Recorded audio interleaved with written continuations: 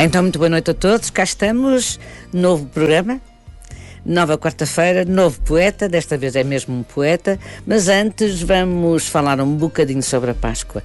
E já agora, anuncio desde já que as duas próximas emissões também vou fazer as minhas férias de Páscoa e, portanto, não haverá a Hora da Poesia.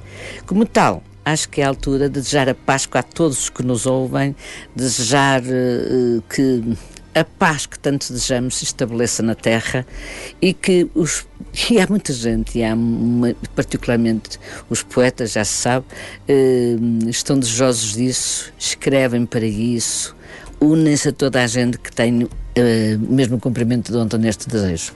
E eu ia trazer um poema hoje da Sofia Melbrenner, que é uma prece, eu acho que tem todo o valor de uma oração, e que se chama, e muitos o conhecem, A Paz sem vencedor e sem vencidos. Dai-nos, Senhor, a paz que nos pedimos, a paz sem vencedor e sem vencidos. Que o tempo que nos deste seja um novo recomeço de esperança e de justiça. Dai-nos, Senhor, a paz que vos pedimos, a paz sem vencedor e sem vencidos. Erguei o nosso ser à transparência para podermos ver melhor a vida, para entendermos os vossos mandamentos, para que venha a nós o vosso reino. Dai-nos, Senhor, a paz que vos pedimos, a paz sem vencedor e sem vencidos. Fazei, Senhor, que a paz seja de todos. Dai-nos a paz que nasce da verdade, dai-nos a paz que nasce da justiça, dai-nos a paz chamada liberdade. Dai-nos, Senhor, a paz que vos pedimos, a paz, sem vencedor e sem vencidos. Da grande Sofia Melbrenner. Ela era católica, como muitos de nós saberemos, apesar das suas convicções estarem todas viradas para a esquerda, mas isso não interessa nada, também como sabemos. E também ia dizer um poema também muito curtinho que se chama Páscoa, da Maria Mamed, e que simbolicamente fala de tudo que o nosso mundo de hoje precisa de ouvir. Então, de Maria Mamed, Páscoa. Um madeiro, um simples madeiro, e foi tortura e morte, para que se cumprisse a escritura do Filho de Deus nascido por tal sorte. E foi rei, sem trono neste mundo. E cego, surdo e mudo este mundo à sua lei, ainda hoje procura dentro e fora de si quem lhe deu tudo. Um madeiro, um simples madeiro, uma cruz erguida, que sendo tortura e morte, foi para sempre a vida. Um beijo muito grande a todos. São os meus desejos através dos poetas, através da poesia. E hoje, então, vamos falar de... Não são todos especiais, as pessoas que estão aqui connosco no programa. Não vai estar connosco no programa, vai ficar ligado a nós. Chama-se Porfírio Silva. Curiosamente, muitos terão ouvido, e agora na hora do telejornal muitos terão ouvido, porque ele fez hoje um debate aceso, assustador até certa medida, muito vivo, muito aceso, que o deve ter posto de rasto, naturalmente com o cansaço, e que vem agora também assistir ao nosso programa, que vai estar presente durante o programa e com o qual nós vamos entablando a conversa. Então, quem é Porfírio Silva? É um investigador, é deputado, é um político, é licenciado e mestre em filosofia, é investigador na área da filosofia das sociedades artificiais, ligado sobretudo ao papel da inteligência artificial, dos robôs, e é também mestre em filosofia, doutorado em epistemologia. E dados biográficos importantes, são sempre importantes, mais ou menos relevantes dentro da poesia, mas importantes. Sabemos que nasceu na Alemanha, mas vamos falar daqui um bocadinho sobre isso, que não sei muitas informações, de pais imigrantes, e que aos 7 anos regressa à terra natal dos seus pais. Eu achei por bem, eu tenho na minha mão, deste mesmo Porfírio Silva, 2 livros muito importantes, são sempre importantes, mas importantes porque os dois conjugam uma força na poesia, que é a urgência. E um que é de 2014 e outro que é do ano passado, curiosamente, vêm bater exatamente nas mesmas teclas, ou exatamente não, há sempre variações, logicamente, mas vêm fazer da poesia a tal urgência. Nós precisamos da poesia de urgência, porque é a poesia que é necessária, que é oportuna, particularmente neste mundo. Não podemos deixar entrincheirar os poemas e temos de os deixar soltar para este mundo. E é a opinião do próprio autor que diz isso mesmo e que escreve isso mesmo. Eu vou começar por dizer um poema curto, deste primeiro livro, Monstros Antigos. Não é simpático o texto. E a capa também não, porque vemos figuras a arder numa espécie de purgatório, inferno, sei lá. Pronto, mas que perpassa no seu interior toda a espécie de problemas sociais, humanos, quer de reflexão, quer introspectivos, também de amor, também lirismo, embora não seja um poeta dedicado ao lirismo, não é. Mas vamos descobrir. Então chama-se Em Vez do Apocalipse e diz assim: descubro dentro brinquedos partidos mais do que os deixados pela infância. Carrinhos e bonecas, dardos, arcos e enigmas desarrumados e sujos, dizendo-me que crescer é aceitar que somos piores e mais pequenos do que o pensamento. Crescer é aceitar o espelho. Hoje o dia quebrou-se na mão à primeira hora. À minha primeira palavra. Nem passamos sequer pelo apocalipse. Os mortos não choram, os cativos não escrevem, os vivos não esquecem. Nem o esquecimento cura. Os brinquedos partidos cá dentro regressam sempre. Não importa quais as promessas que eles nos tenham feito, eles regressam sempre. Pronto, do primeiro livro, Monstros Antigos, o primeiro poema. Estávamos a falar então de alguns dados biográficos que se repercutem, ou normalmente se repercutem naquilo que se vai escrevendo, que os poetas vão escrevendo. Nascer o poeta foi um ato um bocadinho tardio, mas nós vamos lá. Já disse que esteve na Alemanha, mas um dia regressou a Portugal, de volta aos 7 anos, como eu já disse, e um dia regressou-lhe às mãos, quando tinha 10, 11 anos, um livro que relatava a vida de um prisioneiro no Gulag soviético.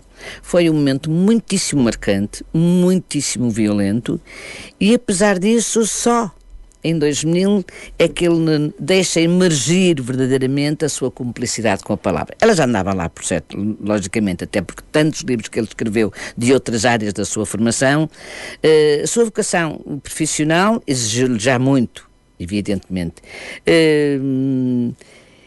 Mas é sempre, a poesia de Porfírio Silva é sempre este diálogo entre a cultura científica e a cultura filosófica.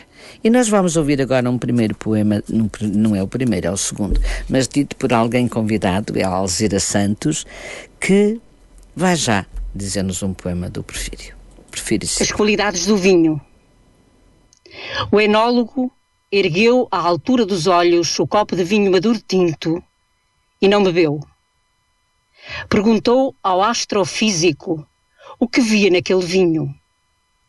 Vejo, respondeu, a origem do cosmos, o hidrogênio que vem dos minutos primeiros. Vejo inteiros os sóis anteriores ao nosso, pelos átomos do carbono, onde posso perder-me numa peça de muitos átomos. Vejo o princípio da Terra, muito antes do que chamas factos, a formação das macromoléculas. Vejo a aparição da vida, a vinha selvagem antes da tua indústria. Vejo a técnica e a tecnologia.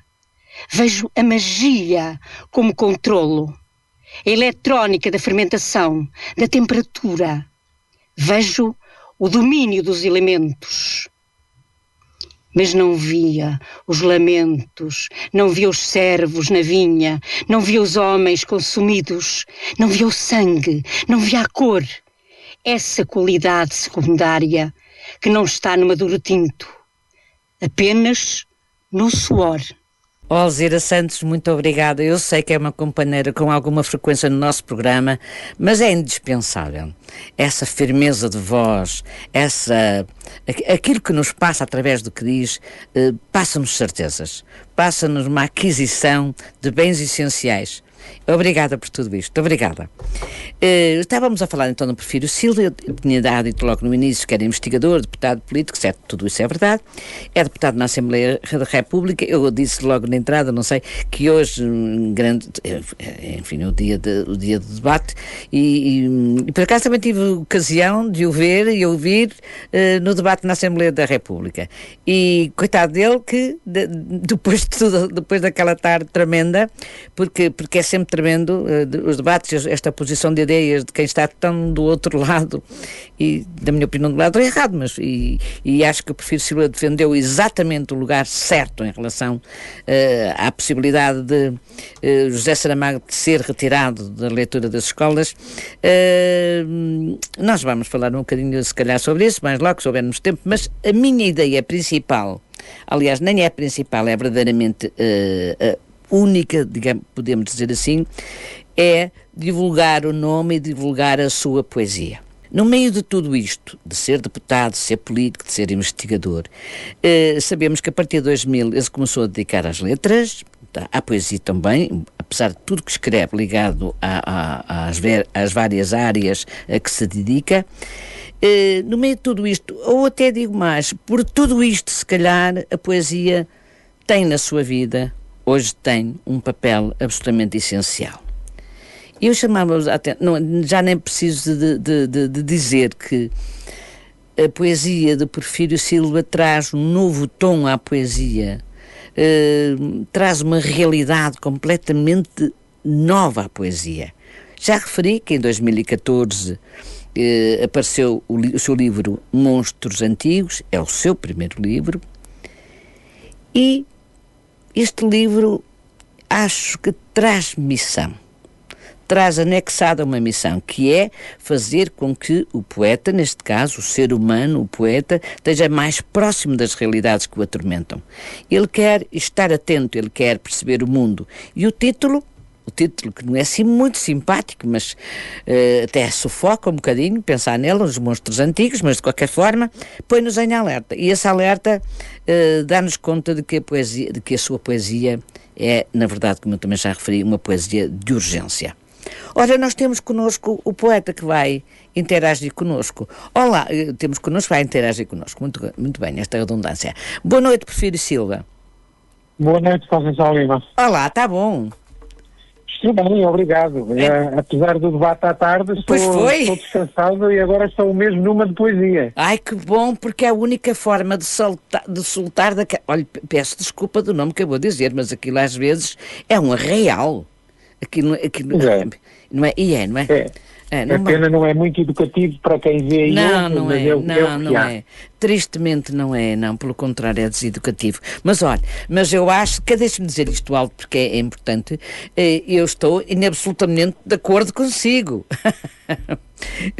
Na defesa da nossa língua, que chamem-me por isto ou não me interessa, mas eu digo isto muitas vezes, temos de defender os nossos valores, não é? E não há direito que alguém tente, por ideologias, destroçar um caminho que está construído, não é? É verdade. Olha, mas também mesmo que discordasse, desde que expressasse essa discordância de forma civilizada, eu teria que aceitar a sua discordância e conversar com ela. Nós não temos que estar sempre de acordo. É preciso sabermos ser civilizados e discordar. Exatamente. O civismo deve ser a primeira das coisas que nós devíamos absorver dos deputados na Assembleia. Era o respeito pelo outro e o civismo. Devia ser. Bom, mas não é, infelizmente não é. Mas portou-se muitíssimo bem, foi ali aquela voz ali tonitruante que a coisa, não sei se amansou-se não, mas afirmou-se ali. Parabéns por isso. Obrigado. Porque foi a voz de muita gente, como deve imaginar. Pronto, então estávamos nós a falar que a sua poesia não sei se está a ouvir desde o início do programa. Estou. Sim, pronto. Que a sua poesia se pode classificar, e eu acho que a palavra trincheiras é sua, aliás, que eu acho ótimo, porque entrincheirar é sempre conseguirmos ver os dois lados, sabermos posicionar-nos na vida face à nossa luta e à luta do que está do outro lado, mas também aprender a viver tal qual como estávamos a falar, em convivência, para encontrarmos caminhos conjuntos, para encontrarmos saídas conjuntas. Nós estamos a viver num tempo de muito nevoeiro, e a palavra é sua também, certo? Sim. Muito nevoeiro. Não há nenhuma palavra que seja minha, eu uso as palavras do mundo. Já são nossas, sim, já são. A partir de certa altura já são nossas, é verdade. Mas foi criada por si. Bom, vamos a isso. Bom, e realmente este nevoeiro, que é um nevoeiro agoirente, não é?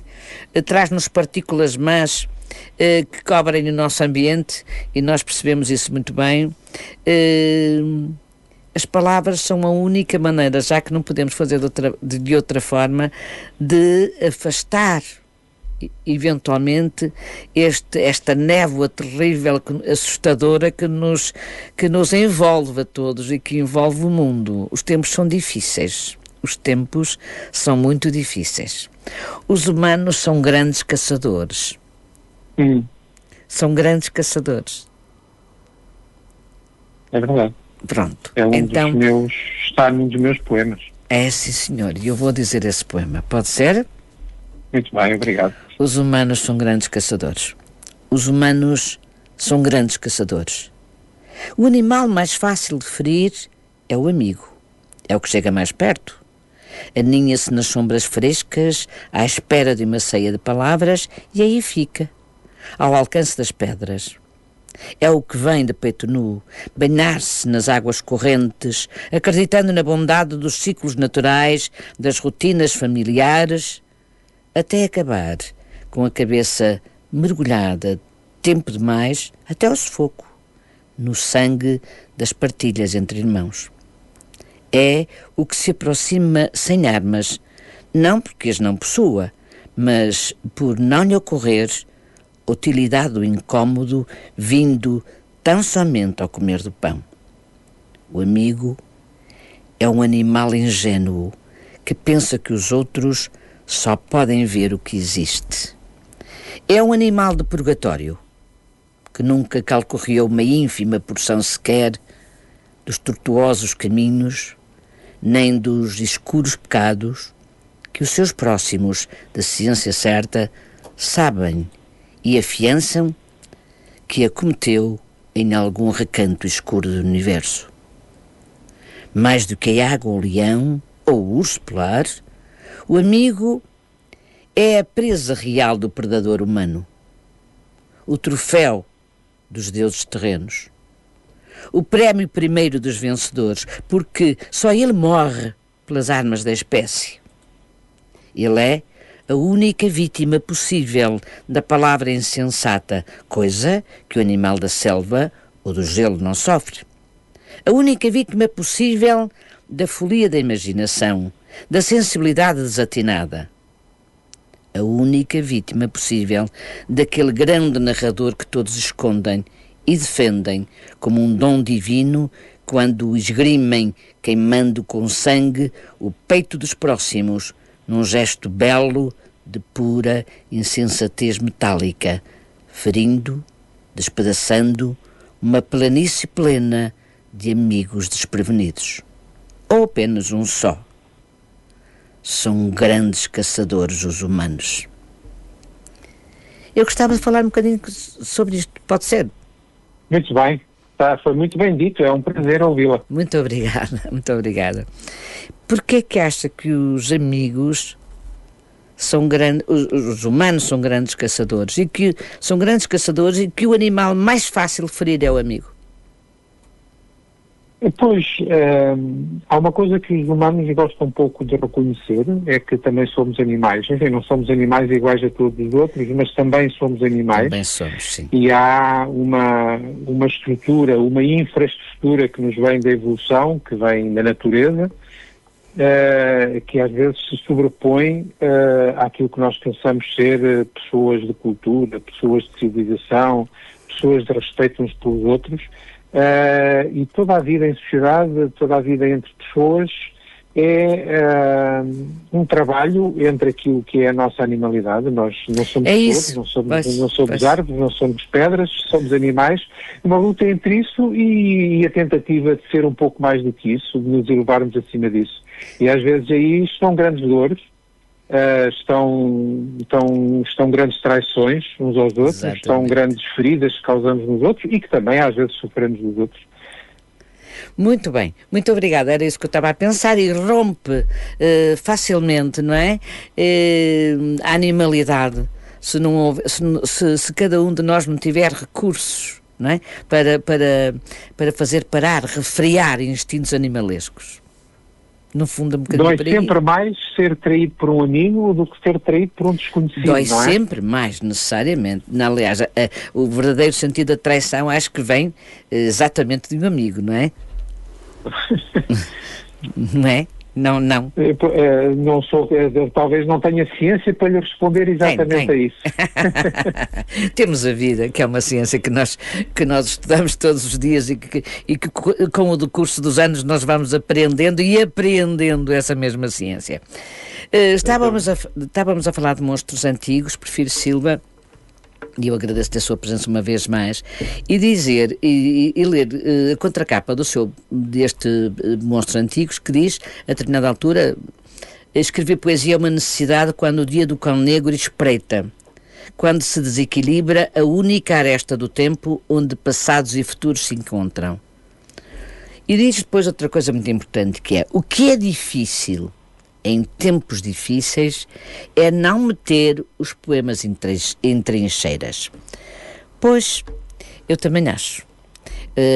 Os poemas andam a ocupar muitas vezes demasiado gavetas e gavetas e muitas vezes rasgados bomba ao lixo, mas é importante, é urgente que realmente saiam das trincheiras, porque só fazem papel, só se vai cumprir a poesia, se isso tem algum sentido dizer-se, mas enfim, é o que eu penso para este momento, se saírem, se vierem atingir, se vierem aos braços dos outros, se vierem ajudar a refletir, a pensar, a renovar, a mudar.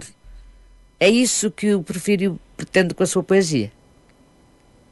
Sim, nós vivemos num tempo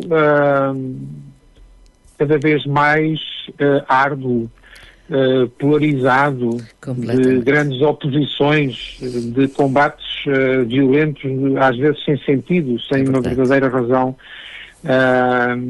E nós, por um lado, não podemos fugir a um certo tipo de confronto, não podemos desistir, não podemos deixar que o grume avance sem nós tentarmos criar alguma luz, mas temos de tentar fazer isso de uma forma dialogal. Não podemos desistir de tentar falar com o outro. Não podemos desistir de tentar passar uma ideia que possa ser trocada com uma ideia diferente. Muito bem. Portanto, é importante que a poesia abra alguns caminhos. Sim, sim. É importante que a poesia diga o que tem a dizer. Exatamente. Mas é importante que não feche portas, que deixe caminhos abertos. Exatamente. Que não esconda cada um no seu buraco.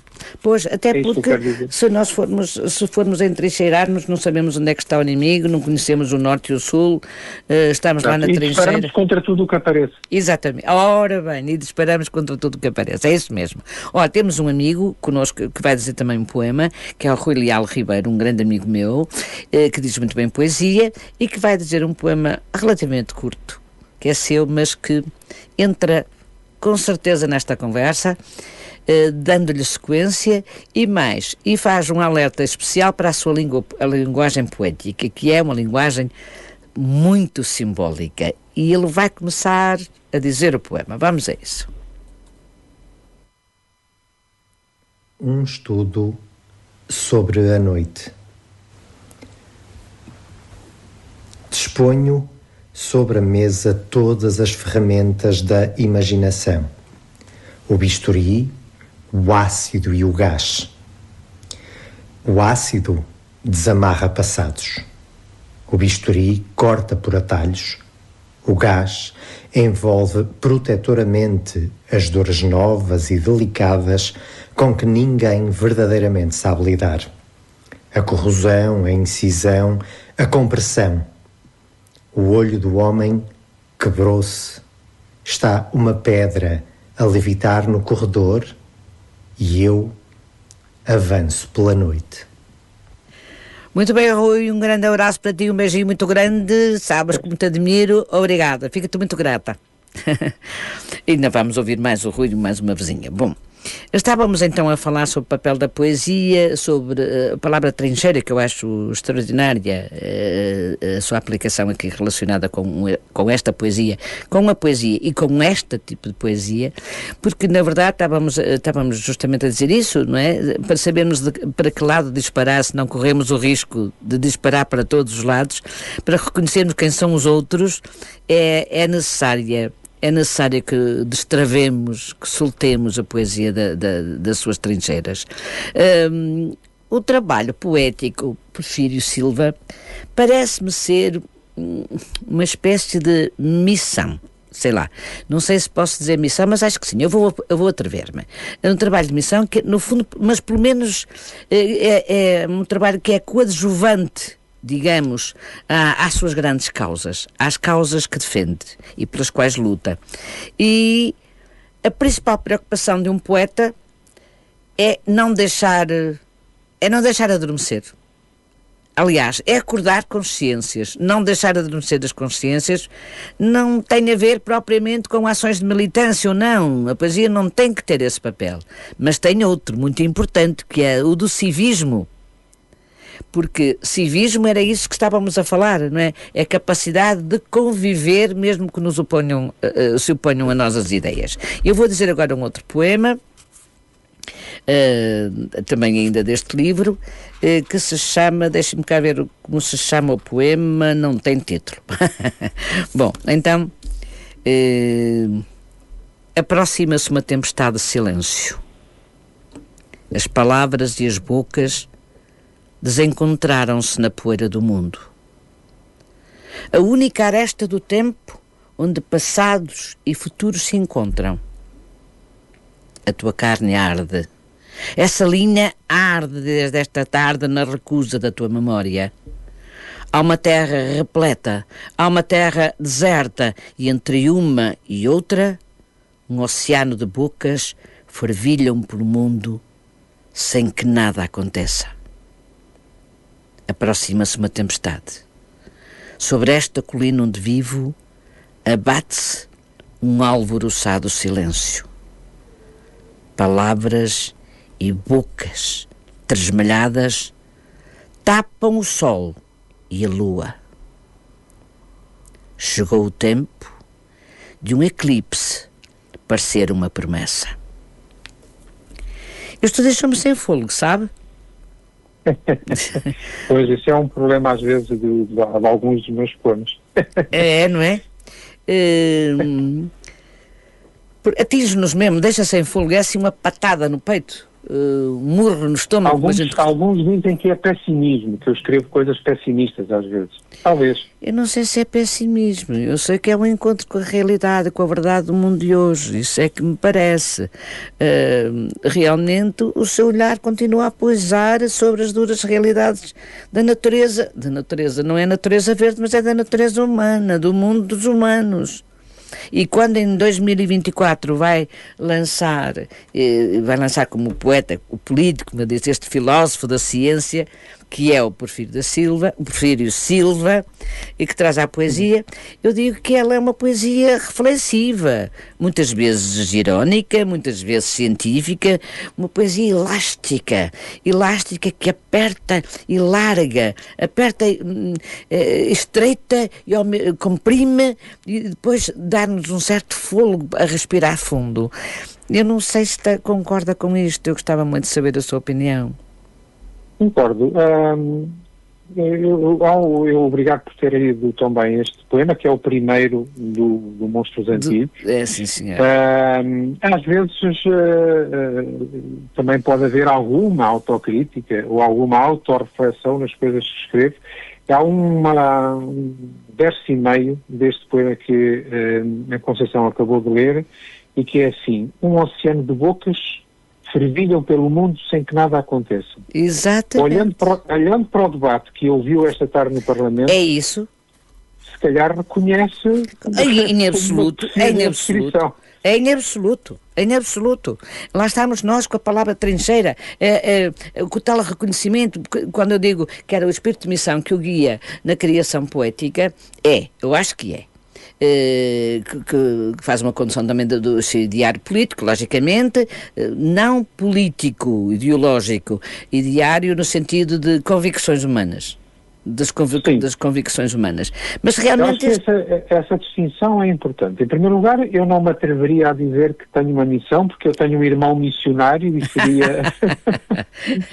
seria talvez um abuso estar eu a querer ser o missionário. Então um abraço para o irmão missionário. Mas olha que sabe? Eu continuo a afirmar cá, à minha forma, que realmente estamos perante uma poética de missão, porque missão neste sentido. Um missionário que pretende perceber e reconhecer os campos, mas que está sempre virado para o outro, está sempre a estender a mão, portanto também é um missionário. Quando defendemos a ideia do civismo, mesmo contrariando aquilo que pode parecer até militância, mas não é, porque também se vê que não é, por militância, nós vemos que é essa a razão de ser. Pedra basilar da sua poesia é efetivamente a tentativa de chegar ao outro com espírito crítico, necessariamente, em permanência, porque senão, o que andamos cá a fazer? Não é? Certo. Quando aqui diz... Diga, que eu quero ouvir. Eu acho que sobre a questão de haver um ideário de minha poesia, eu acho que isso é verdade, mas eu gostava de dizer o seguinte, para perceber que eu não penso a poesia como uma extensão da minha atividade política propriamente dita. Nem eu a considero. Eu acho que ela é coadjuvante, que nós não podemos deixar de ser quem somos. Eu tenho atividade como filósofo da ciência, tenho atividade como político e tenho atividade como poeta, e eu diria que o filósofo, o político e o poeta bebem água do mesmo rio, bebem até pela mesma boca, mas transpiram por poros diferentes. Transpiram por poros diferentes. Bem visto, muito bem visto. Bebem, não bebem a mesma água, bebem a mesma água. Bebem Lá estamos nós metaforicamente. O mesmo bebem rio. Até pela mesma boca, porque eu não posso fugir à minha materialidade e à minha fisicalidade e à minha expressão concreta, mas transpiram por poros diferentes. Porque eu penso de maneira diferente quando estou a tentar compor um poema ou quando estou a tentar pensar uma intervenção parlamentar. Penso de forma diferente. Claro. E quando estou a escrever a filosofia da ciência também penso de forma diferente. Nós também somos uma multiplicidade, não é? Claro, pois. Cada eu é uma multiplicidade de eus, não é? Nós sabemos disso e, portanto, é isso que encontramos. O que eu acho é que realmente há como que... Pronto, era isso, eu disse que era uma espécie de continuidade no sentido em que essa poesia que é científica, que é reflexiva, bate sempre face ao princípio que o orienta, que é o civismo, o encontro com o outro, desentrechar poemas para sabermos a que trincheira pertencemos, para sabermos quem são os outros, quem somos nós, e para não disparar à toa. Isso também é verdade. E tentar perceber, em qualquer uma destas atividades, tentar perceber. Exatamente. Tentar perceber o mundo, tentar perceber o mundo. É isso. Estar em contacto com o mundo, tentar percebê-lo. Nós vamos abrir agora outro poema, pode ser, de Pelalzira Santos. Vai-nos dizer um poema e vai já. Pronto, aí vai ele. Sobressalto, para Jorge Sampaio. Depois de uma manhã quebrada da friura e de um fugaz pináculo do dia, cai agora a tarde sereníssima. O silêncio das árvores calou os pássaros, a imensidão da noite amansou o mar, e uma súbita solidão, acrescentada às dores do mundo, reclama um sobressalto inadiável, sem remorso. Camarada, seguimos-te nisso. O fastio do cotidiano não nos adormecerá. não nos adormecerá. Não foi por acaso que eu há bocado falei em acordar, abalar, não foi por acaso. É que é a linguagem que usa o próprio poeta Porfírio Silva. Porfírio, queria-lhe dar conhecimento de uma coisa e esse amigo de quem eu vou falar estará a ouvir-nos. Há uma intervenção que eu gostaria de fazer, não sei se vai ser possível, por várias razões, mas não sei se vai ser possível. Se ele me estiver a ouvir, eu peço desculpa caso não seja possível, mas vou explicar já assim. Quem era? Era um amigo, Sérgio Zeredo, de Aveiro, que o admira imenso como tribuno, como parlamentar, como pessoa, como poeta, como exemplo de vida, e que ia dar também o seu testemunho de amizade e dizer um poema. Mas provavelmente não vai ser possível. Eu peço desculpa, perdão ao Sérgio Zeredo, ainda vamos tentar ligar, mas eu tenho outras coisas muito importantes que queria falar consigo e não posso desperdiçar. Sabe que foi o Sérgio que me enviar os meus livros. Exato, a carta que me escreveu e que eu guardo aqui, por acaso está num dos livros, diz exatamente isso, que foi ele que sugeriu que me enviasse os seus livros e fez muito bem. O Sérgio já passou por cá, pelo programa, e agora tenho um grande gosto que estar a falar consigo também. Mas queria ir noutra linha agora um bocadinho para termos tempo ainda de chegar a um outro, se é verdade o que eu sinto, enfim, o que leio, o que analiso, no meio de toda esta mescla. Portanto, sabemos que depois publicou o livro Público-Privado, que é o livro que eu tenho agora e que já está na segunda edição. Acabamos por descobrir, em toda esta mescla, uma espécie de lirismo que espreita, em que nós já vemos mais distintas as memórias que se vão impondo, uma infância, lembranças da infância que vêm amaciar justamente essas memórias do passado, e a poesia vai-se, não sei se é muito séria a palavra que eu quero aplicar, mas é esta que me surge agora no mente, que é, vai-se moldando, não sem deixar, moldando no sentido de uma ligeira variação. E porquê? E porquê que eu digo isto? Porque nós percebemos que, face aos poemas que fomos ouvindo anteriormente, começamos a perceber, começa a aflorar uma espécie de lirismo, de saudade, do passado, e que o poeta, no caso, dialoga com o passado. Isto é exagero meu, verdade? Descobri isto, devia ter descoberto, ou o que é que acha? Sendo verdade que eu, de raiz, não sou propriamente um poeta lírico, mas é verdade que, talvez com o tempo, com a minha idade, vão ganhando valor na própria compreensão daquilo que me fez, daquilo que me faz mover. Enfim, influências que estão lá atrás, e há aliás, este segundo livro acaba com 4 poemas que são manifestamente poemas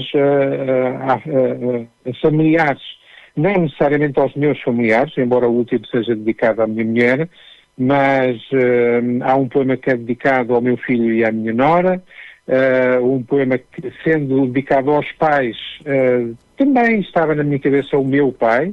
Há um poema dedicado às mães, também estava na minha cabeça a minha mãe. Aliás, tive a oportunidade triste de ler este poema na cerimónia fúnebre da minha mãe, e o último poema que é dedicado à minha mulher. E, portanto, isto não corresponde muito àquela ideia de um poeta dedicado aos temas mais científicos, mais filosóficos, mais políticos. Emerge aqui, espreita. Mas é dedicado à vida, e isto também faz parte da vida. Exatamente. Então vamos agora ouvir um outro poema, onde deixa exatamente ver-se ressaltar esse lirismo.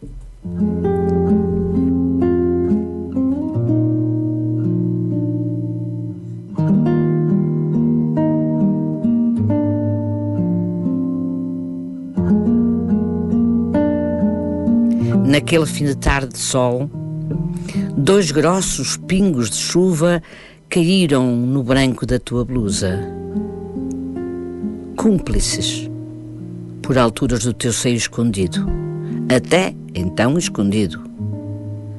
naquele princípio de noite iluminada, entraste de leve nas águas do mar, cúmplices, colando o azul da tua saia às tuas coxas encobertas, até então encobertas. As águas do céu e as águas do mar, cúmplices, mostraram-me o teu corpo. Naquele princípio de vida, as tuas breves palavras e as minhas palavras a jorros, cúmplices, deram-me vontade de provar o que não existia, o que até então não existia.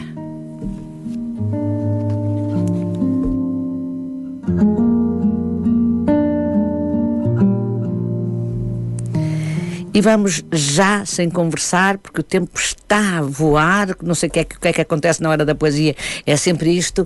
Vamos ouvir de novo o Rui Leal Ribeiro. A explicação do espiritual.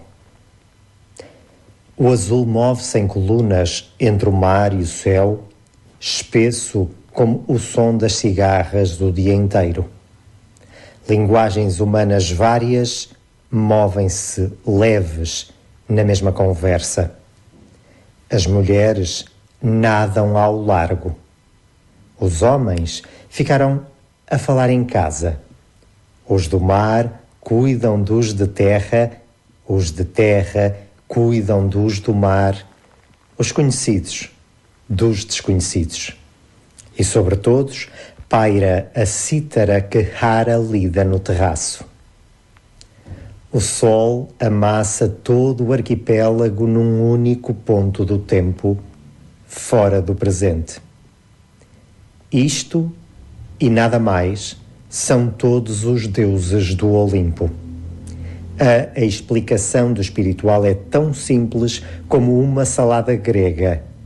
A diversidade é o logos da unidade. Isto é filosofia, mas é uma filosofia aproximada da vida. A espiritualidade é o logos da vida. Logos, não é? Do grego, que sabemos. Razão, palavras. Exatamente. É outro, sabe, que não me empurra o peito para dentro, no caso que me estava a dizer há bocado, mas que nos põe em reflexão, que nos põe em sentido. É maravilhoso este poema. E com metáforas absolutamente renovadas, ousadas no sentido que eu quero dar à palavra, quer dizer, nada gastas, requintadas na sua criação. E eu dou-lhes os meus parabéns por isto, porque este poema encantou-me também. Encantam-me. Todos me encantam, logicamente, está aqui a pôr-se à prova, não é? Mas para mim já os conheço todos, dos dois livros já os conheço todos, lidos e relidos muitas vezes. Bom, vamos dar continuidade um bocadinho, porque pronto, como eu disse, é o tempo. A poesia acaba por ser, na vida do poeta, na vida de Porfírio Silva, digamos que uma espécie de balança de equilíbrio, um ponto de equilíbrio, uma força de equilíbrio entre realmente algo que quer dar aos outros, mas agora nota-se fruição também. Quer dizer, não é apenas a missão de que eu estava a falar, ponhamos aspas, logicamente, nesta palavra missão, mas há a fruição. Por um lado, nós assistimos a essa assertividade, a essa concisão de ideias, mas por outro lado, começamos também a perceber, pelos poemas que vão aparecendo agora mais nesta segunda parte, propositadamente, lógico, que há uma cumplicidade com as palavras, não me quero engasgar a dizer, mas uma complacência, é aí que eu queria chegar, com as palavras, em que há uma sensibilidade especial à vista e há uma musicalidade. Alguém já lhe disse que a sua poesia era musical? Não. Mas eu digo. Mas atrevo-me. Pode ser porque o meu teste para achar que um texto pode ser uma poesia minha ou não é lê-lo alto, dizê-lo. Porque se eu não consigo dizer, no sentido de, ao dizê-lo, sentir aquilo que quero expressar, então abandono. faz muita confusão quando tento escrever um texto e depois ele pode ser lido, mas não pode ser ouvido. E também me faz alguma confusão noutros poetas, uma poesia tão elaborada, tão intelectualizada, com muitos se torna difícil sim, hermética. De captar. Sim, não passa.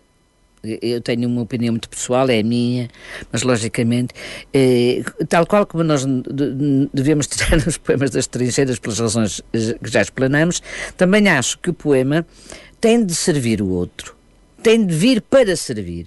Ora, se não houver interpenetração nas palavras, em que o autor se faça perceber através do que escreve, porque tem algo a dizer, e tem sempre algo a dizer, necessariamente que não chega, e portanto a poesia torna-se oca por isso, porque fica hermética. E esse hermetismo é doloroso, porque numa leitura deixa de haver aquilo que eu disse em relação a si há bocadinho, tal fruição, para mim. Eu não sei se posso dizer isto generalizado, e hoje na poesia moderna, contemporânea, nós sabemos que temos muita coisa dessas, de que acaba por ser uma técnica de escrita, mais do que propriamente um posicionamento de ideias, seja elas de que lado vierem. Mas a sensibilidade é necessária, a musicalidade é necessária, e realmente quando diz que lendo alto se apercebe da música que inunda as palavras, eu acho que é para aí que eu também vou. É descobrir a musicalidade nas palavras que se conforma com a sensibilidade do poeta. Eu tenho essa impressão em relação à poesia mesmo. Está certo, eu também já disse, não é um confesso crente do lirismo, enfim, particularmente nos termos tradicionais, mas é verdade, é que o amor começa a irromper, a perceber-se, e a verdade é que o amor, quando tratado com quem sabe falar de amor, e saber falar de amor levava-nos a outro programa, não vale a pena, se calhar não chegava a um programa. A verdade é que nos amacia as palavras e amansa também o coração. Também o coração. Porfírio, nós vamos agora ouvir um poema que se chama Enamoramento. Ele é muito longo, eu sei que é. Mas entre parênteses está aqui uma informação da parte do autor que diz assim: Enamoramento, para ler a ouvir Bolero de Ravel. Primeira confissão: a minha música preferida de sempre, uma confissão pública, é o Bolero de Ravel. Parece impossível uma música tão longa, e que parece tão igual, mas não é. Isto de parecer é uma coisa completamente diferente. Ela vai num crescendo até uma espécie de um orgasmo final, musicalmente falando. Eu adoro Bolero de Ravel, então eu vou obedecer a essa sugestão sua e vamos ouvir o Enamoramento ouvindo o Bolero de Ravel. Fantástico.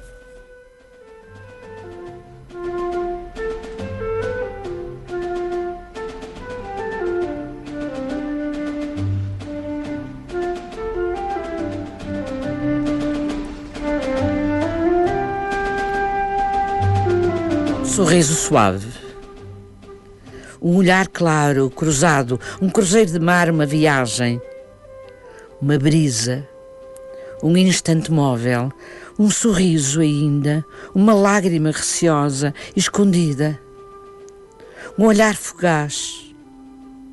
A brisa insiste, o instante insiste, um toque de superfície na pele e outra brisa.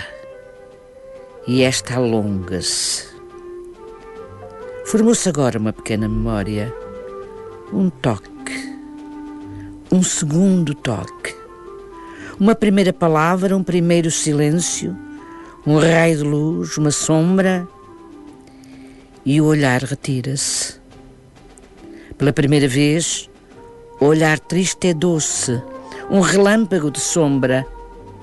É preciso conter a tempestade, é preciso voltar a casa, recolher as redes da brisa, renunciar ao mar, usar o sorriso como distância, olhar com pudor.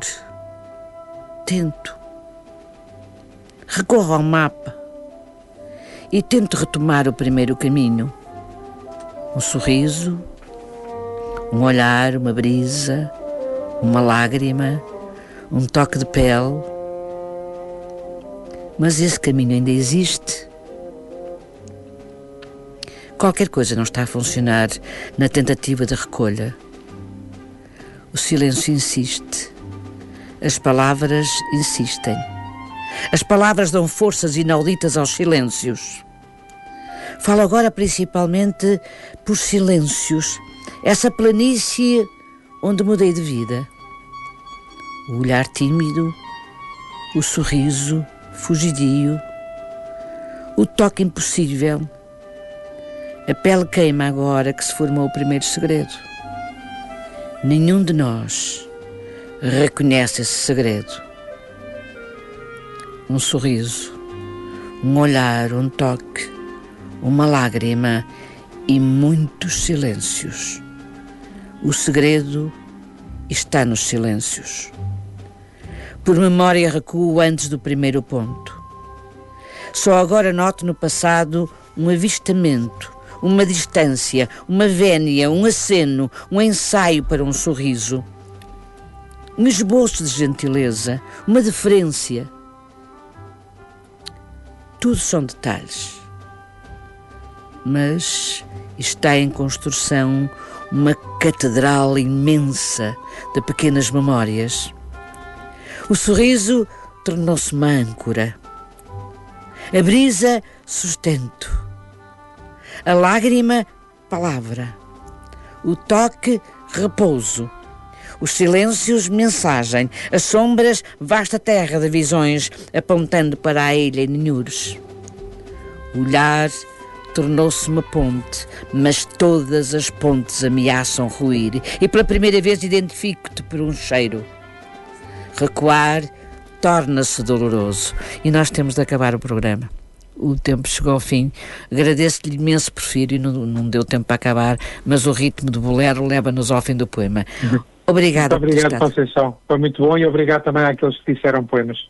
Muito obrigada à sua presença e temos de nos abraçar qualquer dia, dar um abraço, porque temos de nos conhecer. Tenho muito gosto em fazê-lo, está bem? Até breve, igualmente. Então. Muito obrigada. Então, boa noite a todos, muito obrigada a todos que nos ouviram. Uma desculpa especial ao Sérgio Azeredo, eu se puder lhe vou falar. E então, até depois das férias, e o programa será anunciado em tempo. Até lá, um beijo a todos e boa Páscoa.